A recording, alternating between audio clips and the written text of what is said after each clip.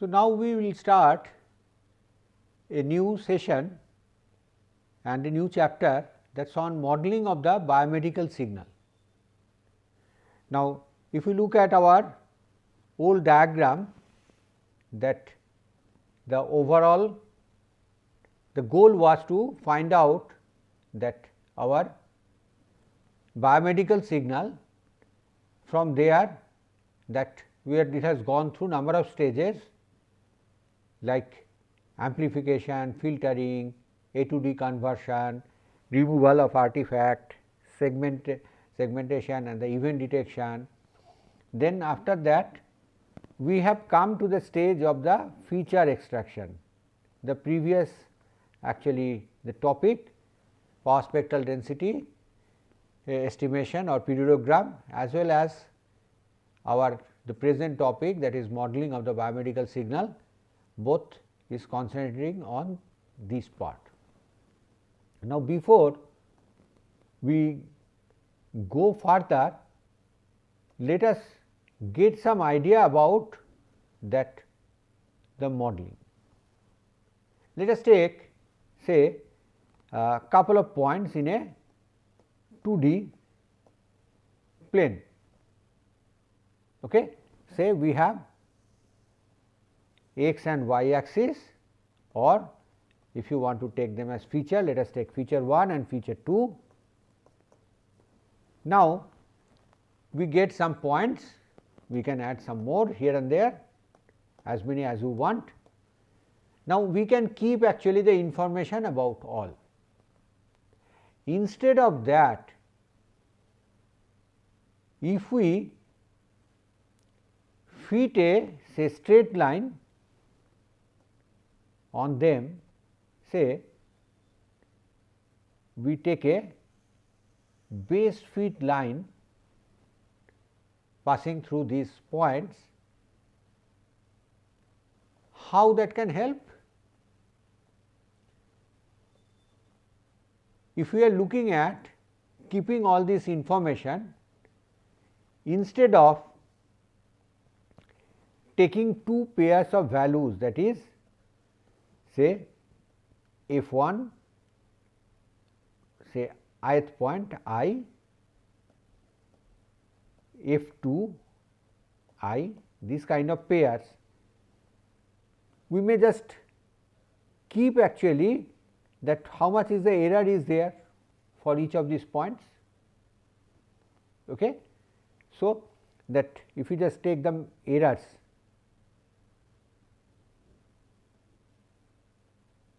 so that can give us those values. So, it can be give us a compact actually representation of the data or data compression we can get.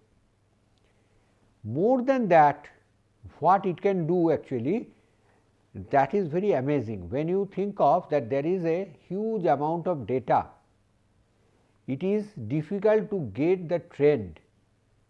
If we know that the variation should be linear, then by fitting these straight line we can get actually much closer to our system.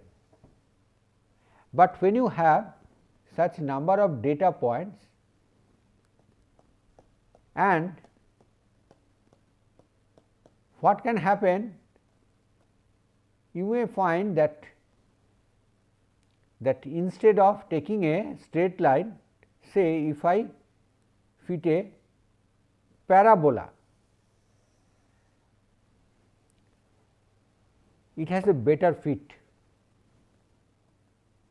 Okay. In fact, we know that more the higher the order, that the error for that polynomial would be lower. Okay. But beyond a range, what we will find for the parabola and for the straight line, the two, they would differ much with each other. Okay. So, we would get actually two different answers in two different cases. Now, this is where the beauty as well as the danger of the modeling lies. If you have enough information about the system, if you know the nature of the model, and if you select that model, you can have actually a much better answer. For example, if you think that all these data they are coming out of a linear distribution, f1 and f2 they should move in a straight line, they should have a linear relationship, and whatever the variation is happening, that is because of the error. By fitting that straight line, the amount of error suppression will have, you cannot get that with all the other means what we have studied. Okay. But if by mistake we take a straight line, whereas the real nature was parabolic, then at some range these two things will vary a lot, and this model would be a misfit at certain situation. So, parametric modeling will see that it is a very powerful idea. It can give us compression, it can give us very good estimate of the model or reflect that what is going inside. If we think of that the removal of the noise to get that what is the real process, we can do with the system modeling or parametric modeling of the signal. So, all these things we can do very well, but that there is a crucial assumption before that, that we know enough about that model and we have selected the right model. If that assumption goes wrong, however, the result could be catastrophic. So, we need to take care of that, we need to make sure that there is no mistake in that, and then we can really gain from modeling of the signal, and in this particular case we would look for the modeling of the biometric signals.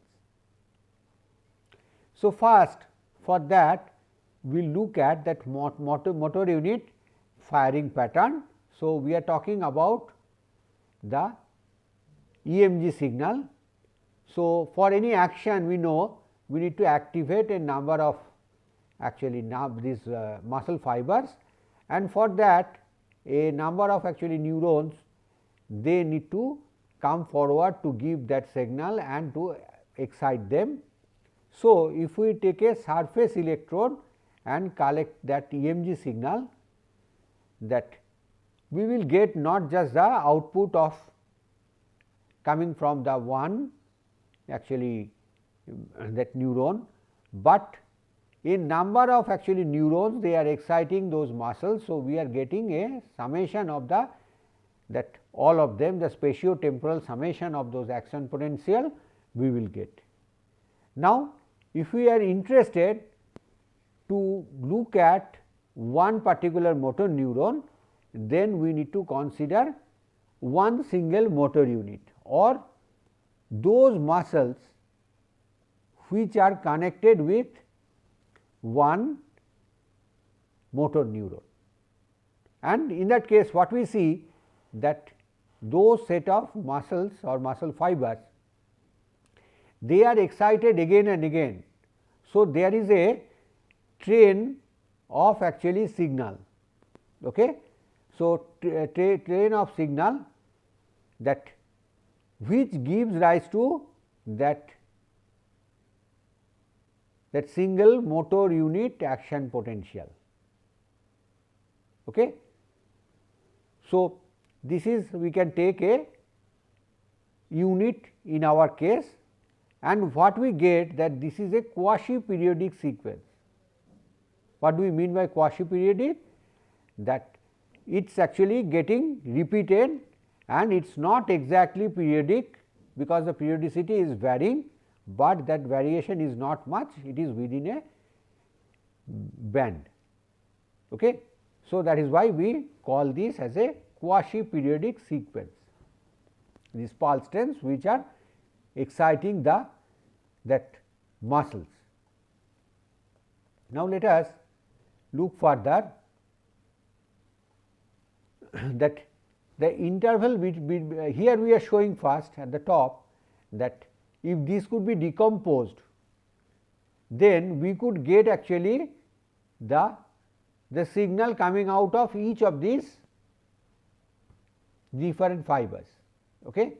So, we could get them separately, but it is not happening in that way. We are, as we are using a surface electron or so, we are getting, or a needle going near to that, it is getting the sum of actually all of them. Now, if we look at that those signals, because they are excited by the single neuron, they are excited at the same time, and those pulses which are exciting those muscles, they are occurring at the same time, that is visible in that way, and the interval between these pulses known as interpulse interval, or in short IPI. It is not actually very definite or does not remain exactly the same. That is why we told it is quasi periodic. Okay. And if we look at them, we find there is a band within that it varies. For the normal muscle activation, that SMUAP duration, it is in between 3 to 20 millisecond. That means that event is occurring between 3 to 20 millisecond, that much time those that skeletal muscles are activated, and motor unit firing rate, they are between 7 to 25 pulse per second, in short PPS. What that means, that the interpulse interval or IPI corresponding to that 17 to 25 pulse per second, it is giving us 40 to 140 millisecond interpulse interval. Okay. So, how we are getting that? In fact, 1 into 10 to the power 3, because it is a millisecond, divided by 25 will give us 40 millisecond. Okay. Same way, if we take that 7, that same way we can get with the help of 7, that 1 into 10 to the power 3 by 7, we will get some number close to 140. Okay. So, they are having exact same amount of information. It is just for the sake of our actually understanding and visualization, we can use one of them, okay, either interpulse interval or the firing rate. In this case, we find that interpulse interval is easier to visualize that event. Now, two researchers we get, Agarwal and Gottlieb, they have modeled that SMUAP as the convolution of a series of unit impulse response, because it is a train of pulses. What they have suggested, that it can be taken as a series of unit impulse, and that whatever we are getting, as that is not exactly looking like an impulse. So, it must be convolved with a basic shape, which gives rise to the basic SMUAP wave. So, they have proposed a model in this way, where YT is the SMUAP trend, and this is created by that pulse interval xt, and that is the xt is the train of pulses and ht is the impulse response of SMUAP impulse response. Okay. So, two together it is giving us the output yt, that is what we have collected from the needle electrode, or we can say that our sensor. So, if we can do that deconvolution, then we can actually get this x. Okay. So, that is one thing we get. Next, let us look at a different application altogether. We have seen the cardiac rhythm. Again, the cardiac signal or ECG, it is not completely periodic, but it is quasi periodic. That means, it is close to periodic signal, and that is also a cyclostationary signal. What do we mean by cyclostationary? If we compute the autocorrelation function, we see because of that periodicity, those autocorrelation functions are also becoming periodic, and when the autocorrelation functions become periodic, then we call such signal as cyclostationary. Okay. So, that is the special property of the ECG signal.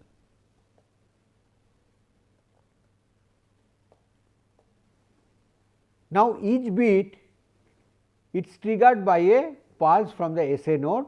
We know more such nodes are there, they are helping the SA node to give that message, but SA node is the lead in that. Okay. And first what we get, the P wave, it is the combination of the action potential of the atrial muscle unit. The upper two chambers in the heart, they are called atria. So, all the muscles together, they get excited or they get contracted after getting the stimulus from the SA node. So, they gives rise to an action potential, they are that the total effect of that is recorded as a P wave. Now, after that comes the QRS and the T wave due to the spatiotemporal summation of the ventricular action potential, and we know to allow the activity, that is the transfer of blood from the atria to the ventricles, SA node actually incorporates some delay in between, or it actually stops the signal, but it does not attenuate, it just stores the signal for some time, and then after the time is over it releases that signal as such, and we get the first the QRS action potential because of the compression of the ventricular muscles, and when they get relaxed or depolarized, then we get actually the T wave.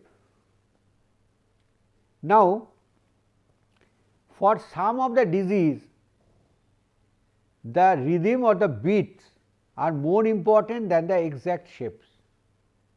For example, whether the SA node is giving the signal in proper time, or there are some nerves which are carrying the stimulus from that AV node to the different parts of the ventricle. So, whether that pathway is intact or having some problem. So, all such cases that the rhythmic analysis or the beat analysis is good enough. We do not have to look at the wave shape. Okay. So, rather than the wave shape, if we look at the occurrence of the beat or that the time stamp or the difference between the two R waves, which we call as RR interval, that is actually good enough for that this kind of analysis. Okay. So, we get that at different points, that if we just look at these impulses or trains of impulses coming out of SA node, that can give us a good amount of information about a number of diseases. Okay. So, now let us look at further. So, hence for those kind of analysis, what we can do, we can disregard the wave shape of the ECG and instead we can just look at the bits, and then that our that intention becomes very similar to the previous case, that we are looking at the actuating signal, if they are coming at all, if they are coming, whether they are arriving at the right time. Okay. That becomes of crucial importance. So, we get that this particular example of ECG, it has some commonality with the problem of the EMG we have just described earlier. So, again in this case the signal of interest is nothing but some delayed impulses. Okay. So, that is our signal of interest. Next, let us look at the speech signal. We know the speech signal is generated by the vocal tract and it has to be excited by actually the air which has a turbulent flow, or we can say that it is driven by say white noise, like some of the statistical models actually we get driven by noise, and other thing could be the pulse train. So, these two separately or a combination of them can excite the vocal tract and give rise to that signal. Okay. So, here one thing we can note first, that the shape of this vocal tract, they vary over the time, but this variation is slow. So, if we take a small interval of time, that small interval could be between 10 to 25 millisecond depending on the different phonemes we are uttering, we can say the vocal tract shape remains to be the same and the signal remains to be stationary within that interval. In other words, it is a quasi stationary kind of signal.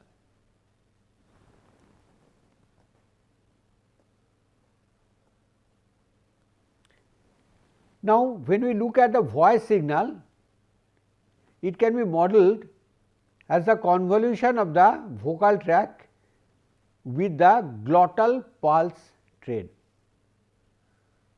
And when you look at that unvoiced signal, it is actually excited by the turbulent air flow coming out of the lung. So, as a mathematical model we can take it as it is driven by a random noise, and that if we look at this kind of model, one thing we need to first get, that whether it is random wave or random noise or the glottal pulse, there is something common in these two. If we talk about random noise, if it is white, it has all the frequency content. Same way, if we take that glottal wave, that is can be represented again by some impulse train. Now, if you take a single impulse, the corresponding spectrum we know that has all the frequencies present. So, in essence, it can be thought physically in this way that we can have two different kind of sources, but in that we have actually all the frequencies are present, and depending on that the vocal tract transfer function, we are allowing some of the frequencies to come in the output and we are suppressing some of them, and that gives rise to some output what we call as the voice speech or unvoiced speech, depending on that input signal, whether it is a glottal wave or that random noise, that is the air coming out of the lung. Now, here this transfer function H t, that is we can say representing the vocal tract impulse response, and for that interval of 10 millisecond to 25 millisecond, for that window of time it is fixed, and x t is our input signal. For the glottal pulse we can take that it is a actually pulse train, and again for the voice signal what we can tell that there is interpulse interval that is related to the pitch, or how often that glottal pulse are actually generated. Okay. The difference between the two glottal pulse, that is the interpulse interval. And this input may be modeled as that random noise for the unvoiced sound, and that the transfer function of that vocal tract, it can tell us a lot of things. When we look at the utterances, we see that many sounds they are pretty similar. Let us consider the two sounds B and D. For most of the part of the vocal tract, they are actually remain to be the vocal tract shape remains to be the same. Both are consonant sound. The difference between B and D is happening that in case of B, the two lips actually coming together. So, that gives rise to the sound B, and when we are that uttering the word or the actually letter D, for that phoneme the two lips they do not, they come close to each other, they do not touch each other, rather the tongue is actually moving at the end and giving the sound D.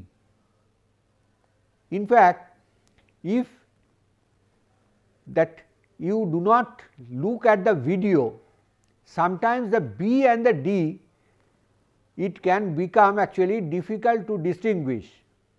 If the lipping of B can be given while the sound of D is played, from the video the people may pick it up as B, because you have seen the lip movement there. Okay. So, we can get actually that how that vocal tract shape is there, and that can give us a lot of important information.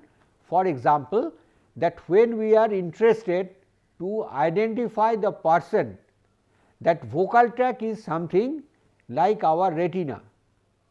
It gives us a unique actually map of that person, and whatever may be the utterance, because it is coming through that vocal tract, there would be some characteristics of that person.